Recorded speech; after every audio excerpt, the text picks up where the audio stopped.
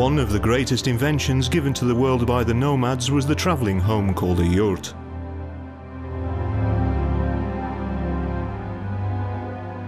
There is no ancient creation like the yurt that is as popular and that naturally suits the designs of modern times. It is more than 2,500 years old, and the only ancient inventions that come close are the stirrup and the saddle.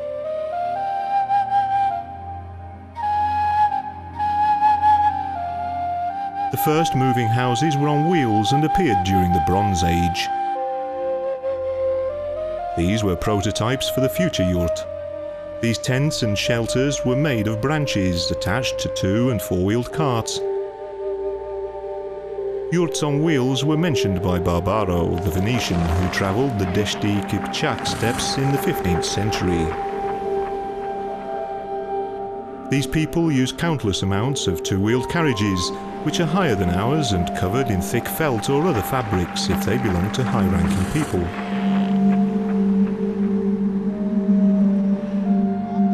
Illustrations of a yurt in the Book of Marco Polo, edited by Henry Yule, are very impressive. Fazdalah ibn Rizbekhan describes 16th century yurts with the statement, "What huge wheeled tents I saw! They were as if built upon the air. I noticed wide houses with windows which were shaded by thick felt curtains. They were very beautiful and skillful masterpieces. The whole settlement was full of these wonderful houses. The eyes and mind were impressed, and the head goes crazy at the beauty, the handicraft and the elegance."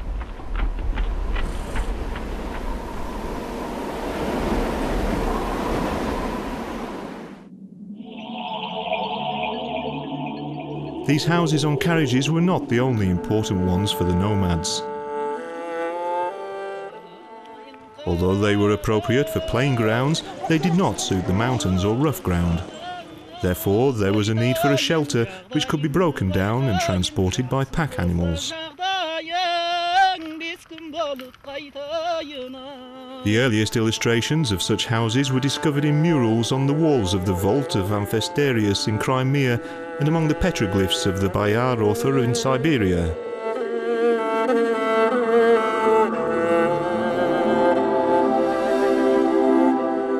The yurt was also mentioned orally in the 2nd century BC in the poetry of the Chinese princess Si Gun.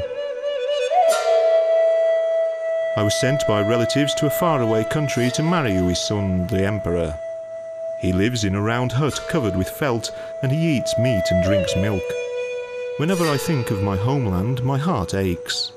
I would rather turn into a wild duck and fly back home.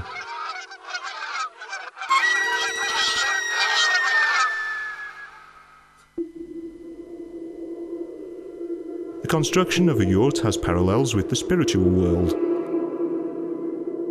First, the door of the yurt serves as a gate from one world to the other. The threshold, or Akbasagah, symbolises the border between the outside, divine, and inside, human worlds. Standing tall, man remembered God and raised the dome of the house high, making it a window to heaven.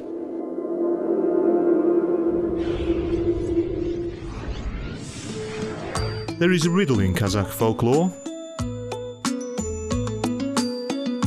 One carpet is fluffy and the other is bald, with felt between them.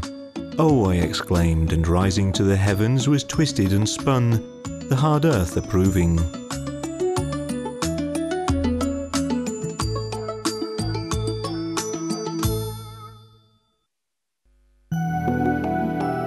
A fluffy carpet is the green grass and a bald carpet is the sky. Here is an answer to the riddle of how to set up a yurt.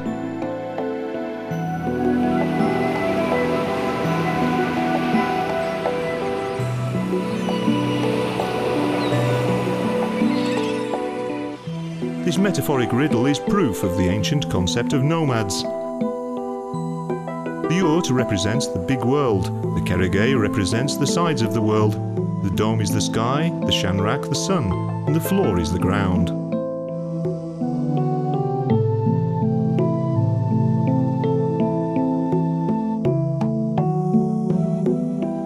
Morning is signalled by the sunrise, which is why the yurt's door looks towards the east, always waiting for the dawn of life. The sun is the nomad's main guest in this world because there is no life on earth without it. The sun is the king of all the natural earth, rising above and crossing the threshold of the world, with which the world becomes alive in the light of the Sun King.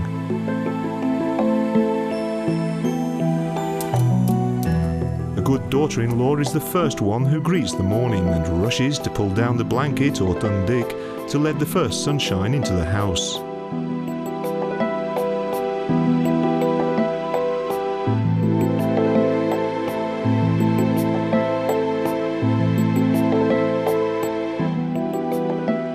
The sun is the honoured guest in a yurt, the emperor and its sunbeams rest on the seat of honour.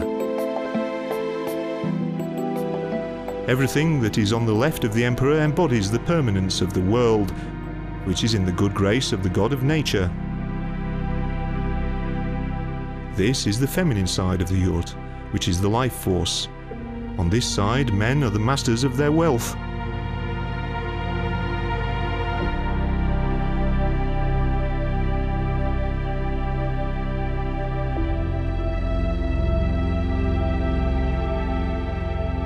Everything that lies on the right of the emperor embodies the journey of life, the eternal change of day and night and the vanity of the world. This is the masculine side of the yurt, which is unpredictable and full of worries and trials. On this side, men see themselves as guests in this world.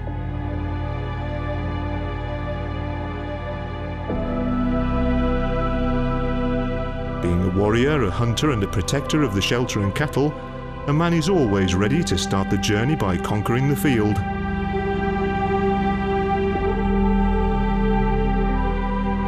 The west side of the yurt, where the sun sets, is forbidden and mysterious territory. It is similar to a black hole which swallows everything alive. That is why it is shielded with the most gorgeous carpets.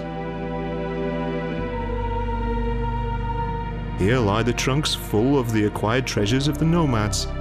These are gifts of life, symbols of earthly blessings, protecting earthly life from the world of shadows. As the set decorates the stage, the gifts serve as ornaments to our lives.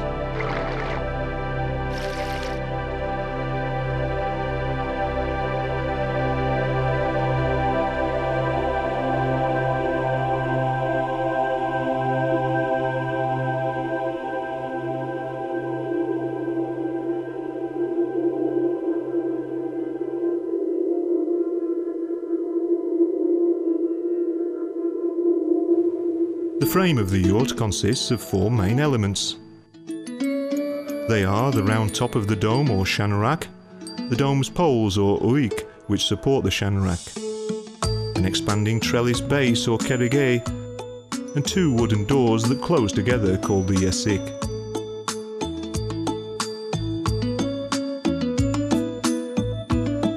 The frame of the yurt is made of a steppe tree called the rose willow, which makes the construction light but sturdy. The shanrak is made of birch and the kerege is constructed of separate sections or arms.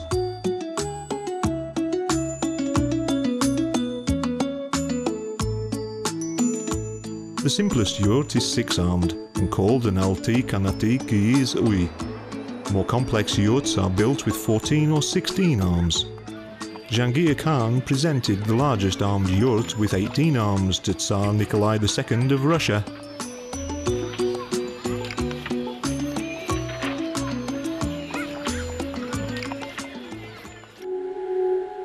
The shanrak consists of a rim and timber ribbons called kuldiriush. Usually there are three of them on every surface placed at right angles to each other. In the past, the yurt's frame was decorated with silver patterned plates or encrusted with insets made from animal bone. The yurt's door or sikir lauk, which means squeaking, consists of three parts: a doorpost, wooden folds and a thick felt cover with a patterned hemmed mat. The uprights from the side, bosaga, threshold, tabildrik and top cross beam are all parts of the doorpost or mandayisha.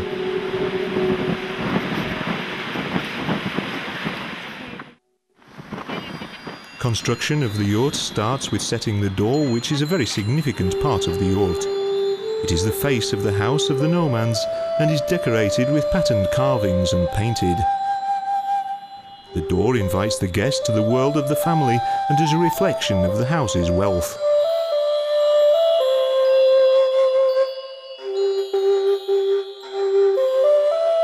The shanrak would darken with time due to the smoke from the fire hearth. The more ancient and darker it was, the more special it was for the family members.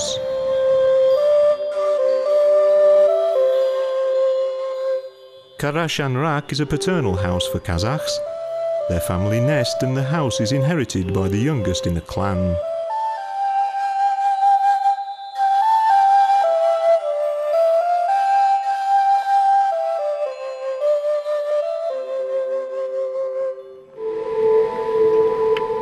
Kazakhs refer to the yurt as a thick felt house or Kiyiz-üy, and it is like it has been woven from the golden fleece.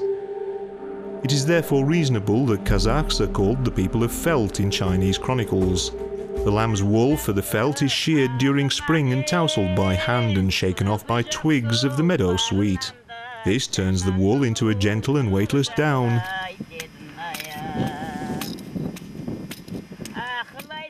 The wool is put into layers, hot water is then poured over it, before it is turned inside a mat, which is rolled on the ground with feet and rumpled with the elbows to make it into a strong felt.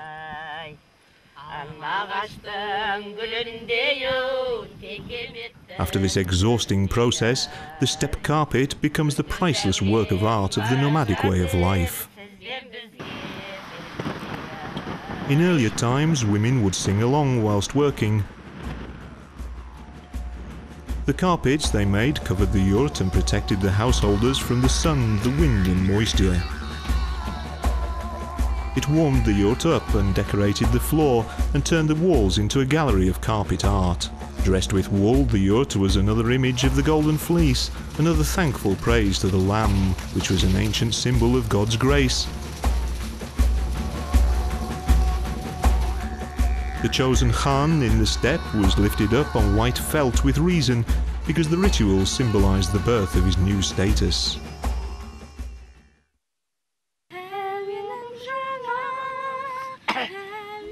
The parks, the goddesses of human destiny, twist the thread of human life. The appearance of the felt house, the yurt, starts with the hard work of Kazakh weavers.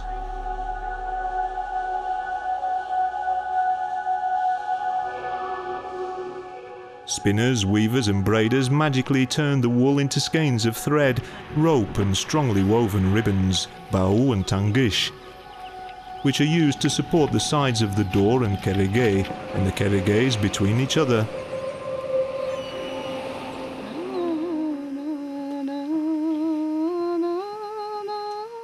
Baskur was specially woven on a loom.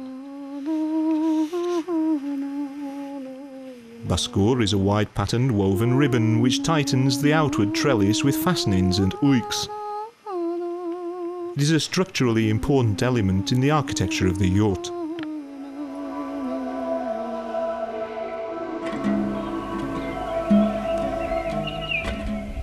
The creation of mats from chi makes an unlikely sounding tale.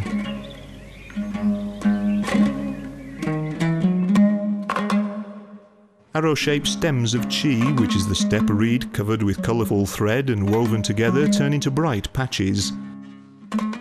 These patches are filled with mysterious letters from a lost alphabet.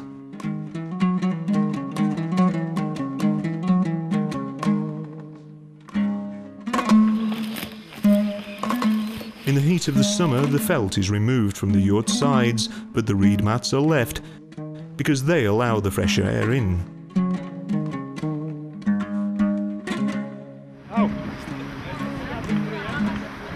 Right-angled pieces of felt, turlik, cover the kerege and the bottom part of the dome, and two pieces of felt, uzik, cover the dome itself.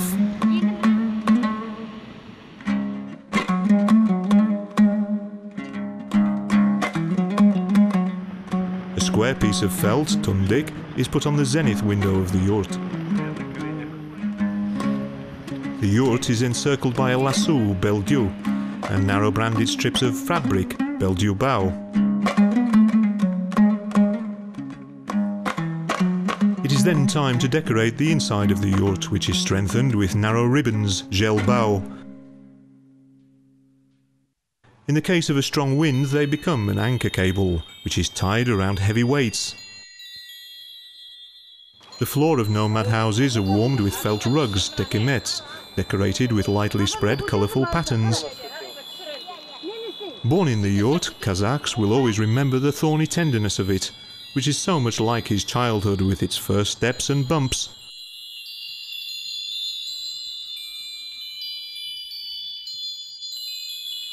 Tekemets would ennoble the yurt, as if the Creator had blessed the land with the motley grass, giving warm weather and the aroma of primordial nature.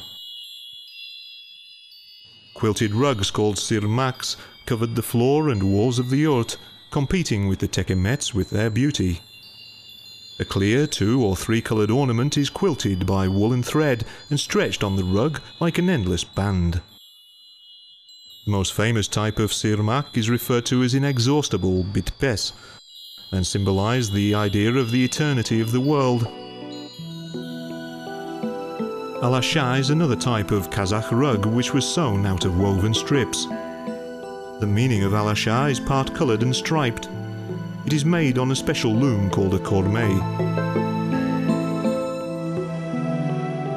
Alasha is rug poetry written in colourful rhymes, a poetic message from the faraway past to an eternal future.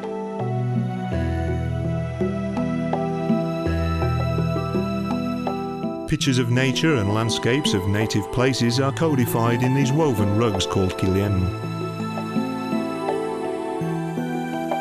The middle ground of such rugs is called a lake or kol. The border around the lake is called korgan or korshau, which means the side or fence.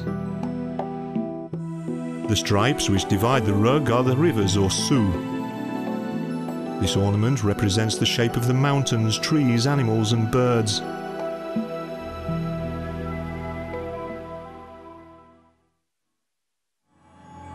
However, the most colourful decoration of the yurt is the wall carpet or tuskiyiz. The richest tuskiyiz were trimmed with precious materials and extensions. They were decorated with noble-looking embroidery, their edges trimmed with twisted cord. Special refinement was given to the tuskiyiz by embroidery in chain stitch, satin stitch and with golden threads. A P-shaped frame, the ordinary element of the tuskiyiz, emphasised the place of honour in the yurt. It provided the spot with reminiscences of the back of a throne. The wall carpet strictly established the inside space of the yurt, dividing it into 7 zones. Their divisions are respected and have been followed by the people from the ancient times until today. The sacred centre of the yurt is the hearth or dastarkhan, the symbol of family happiness. The place of honour for guests, tur, embodies fame and wealth. The guest area symbolises everything new and emerging. The bedchamber symbolises shelter for the family. The husband's study is the territory where symbols of hunting, prey and success are kept. The mistress's corner of the house contains symbols of the welfare keepers. The threshold or bosaga is the sacred border between the house and the outside world.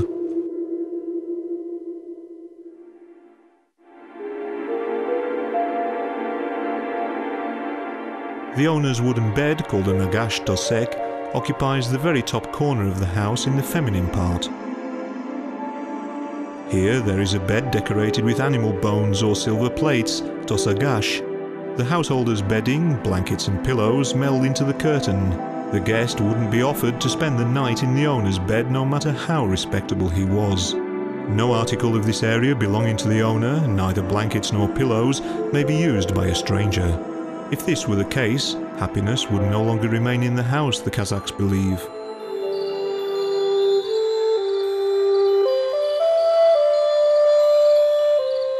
A cradle for a newborn baby was set in the same corner where premature babies were nursed in a winter headdress or tırnak, which was hung above the bed.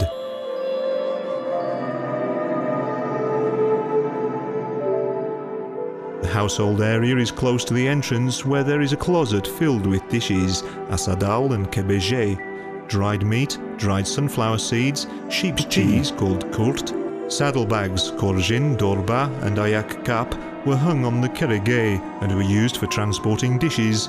A wineskin used for kumis, called a sabah, was placed under these bags. It is important to note the Kazakhs lay aside the best things they have in the house for their guests. Families feel shame when they can't find food to put on the table. The fineries of the house are kept as a gift for guests so that he would not leave empty-handed. This quality of Kazakh hospitality is a tribute to nomadic traditions. Adalbakhan is a symbol of masculine origin and occupies an area close to the tur, in the man's half of the yurt, where the male outer clothes hang. The bed of the owner's married son, who still lives with his parents, would be situated a little bit further in a modest house, or there could also be a daughter's maiden bed, which was made with silk curtains or shimilduk. Generally, this half is allocated for guests. When they reach adulthood, sons build their own yurts, the youngest occupying his father's place. The daughter is also a guest here, and she lives at her parents' place temporarily. When she gets married, she will leave to another house.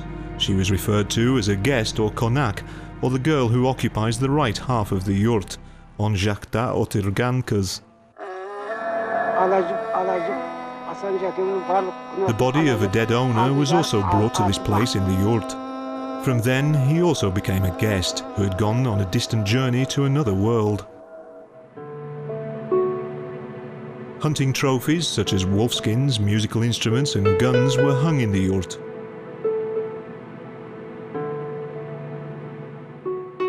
Near the threshold was stored equipment for a horse such as a saddle and harness, because the horse was the lifelong companion of the nomads. Horses' bridles were hung along the wall on the sharp edges of the kerege.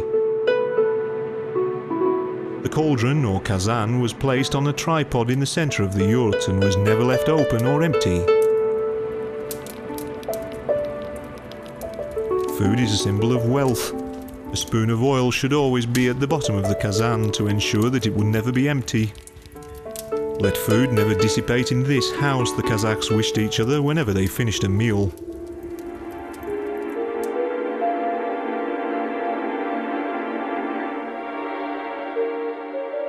The Turks were distant ancestors of the Kazakhs and worshipped the skies or tengri, which was the all-seeing eye which guided the nomads and their cattle across the palm of the steppe. The ancestors greeted the first sunshine of the day, the newborn moon, the first sprouts of green grass and the first spring milk. These greetings welcomed the first lamb and, more importantly, the firstborn baby. All of these traditions were expressions of the meaning of life, which was meant to be lived and be joyful.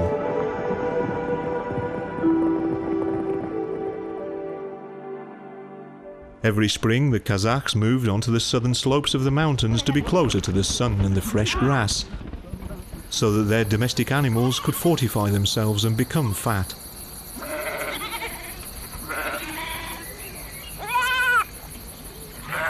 The stronger the cattle, the more lambs, kid goats, foals and camels would appear.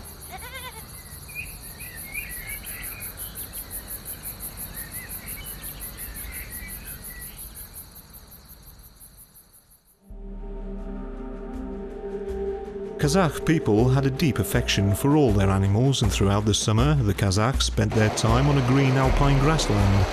In the autumn, when all the grass had been eaten by the cattle, the nomads left the summer pastures and moved on towards the warmer weather in the south, to the semi-deserts. There are no strong snowstorms in the deserts, so the nomads spent the whole of the severe winter here. The nomads moved up to the mountains or down to the valleys throughout their whole lives like birds of passage. That's why Kazakhs metaphorically consider wild ducks and swans to be their distant ancestors. The birds fly to the south in the autumn, and the kosh or nomadic journey following them. The Milky Way, the Great Way studded with stars, is called the Bird's Way or Kus Joli by Kazakh people.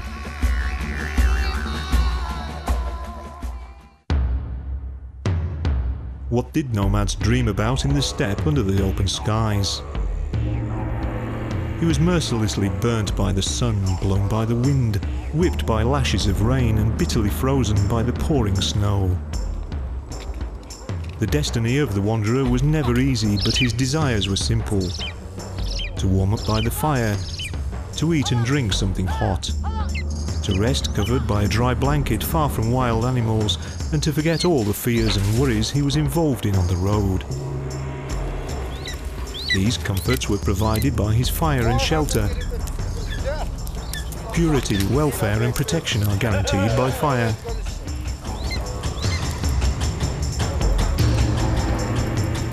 Anywhere that evil and illness settle, a Kazakh allows the fire to burn because the fire scares wild animals and evil spirits, as any nomad thought.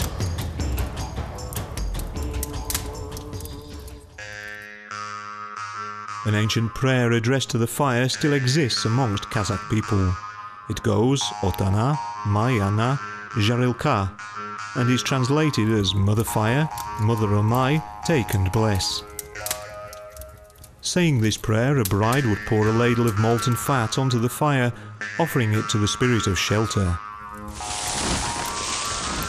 This was an essential part of the wedding tradition because fire was the master of the house, which may or may not accept a newcomer into the family.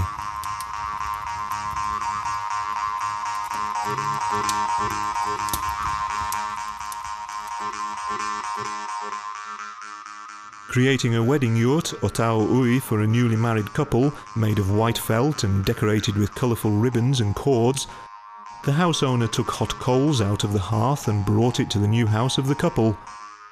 In their yurt, she burnt the fire under their cauldron, letting them know that they are part of the house where the flame of the family clan burns.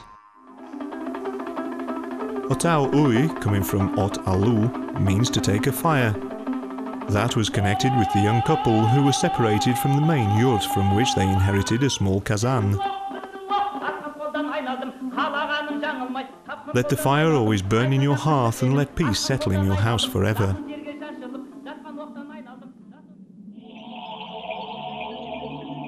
A yurt doesn't have windows or eyes, instead it listens to the steppe. When hearing that a rider stops short of the yurt, the householders know that he is a peaceful guest.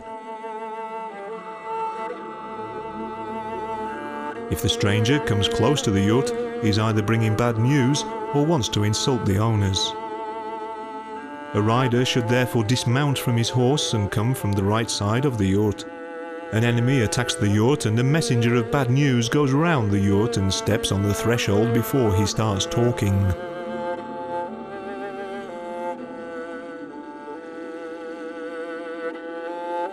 All visitors should cross the threshold of the yurt with the right foot, bending the head down to show respect.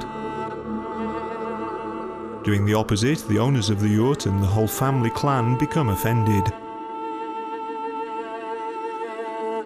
The threshold is purposely made high and the door lintel is low so that no guest can forget or ignore this rule.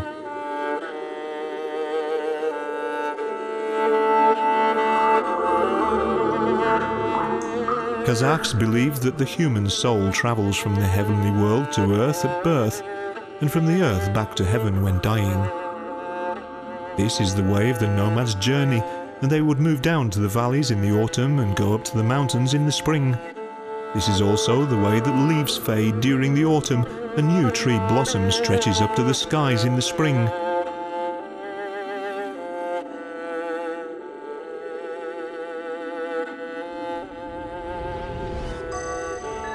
In the yurt, you also travel from bottom to the top, from the door to the honourable seat, depending on your social significance. The more respectable the guest, the higher he sits.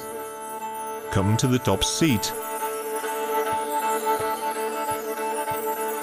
Jogari Shiginiz, the householder says, greeting you at the door of the yurt.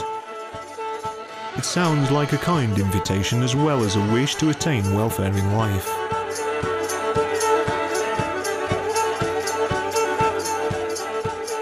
following ode was written about the yurt by the Chinese poet Tıva in the 8th century AD. It is difficult to blame this author for any flattery, because the nomadic culture was alien to his people, who protected themselves behind the great Chinese wall. This poem stayed in the records as an example of admiration by the masterpiece of nomadic culture.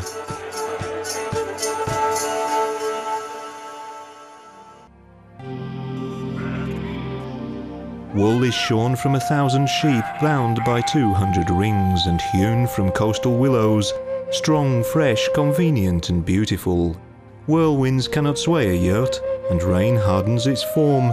With no partitions, no corners, the feeling is warm and cosy, its shadow beautiful under the moon, and in the winter it is always there for me. Felt beats brick in making a wall, against which snow flurries need not be feared. Silky fur is all around, covering a soundless row of strings. The singer sits there at the side, and here a dancer performs by the fire. For me it is better to enter a yurt than a house. I fall into a drunken sleep on dry felt. To my yurt I invite guests and preserve it always for my children. A prince can cover his palace with marquetry, but cannot compare it to a blue yurt. I would never change my yurt for any princely palace.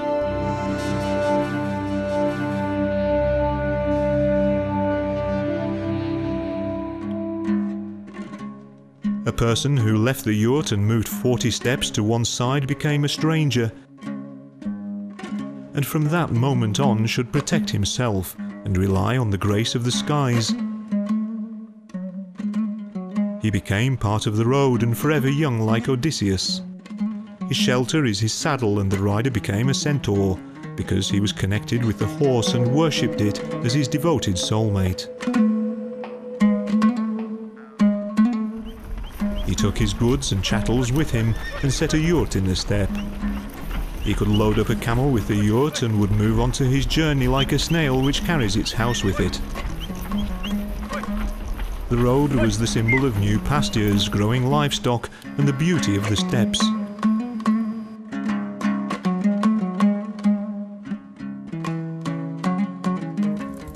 The journey brought friendly talks at moonlight, sitting by the fire.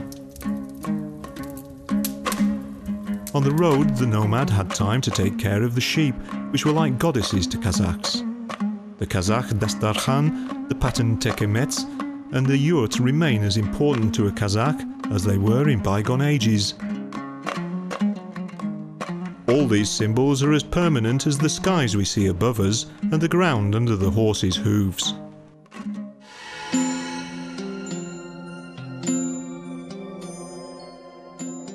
May your shanirak always be high. May your doorframe remain strong.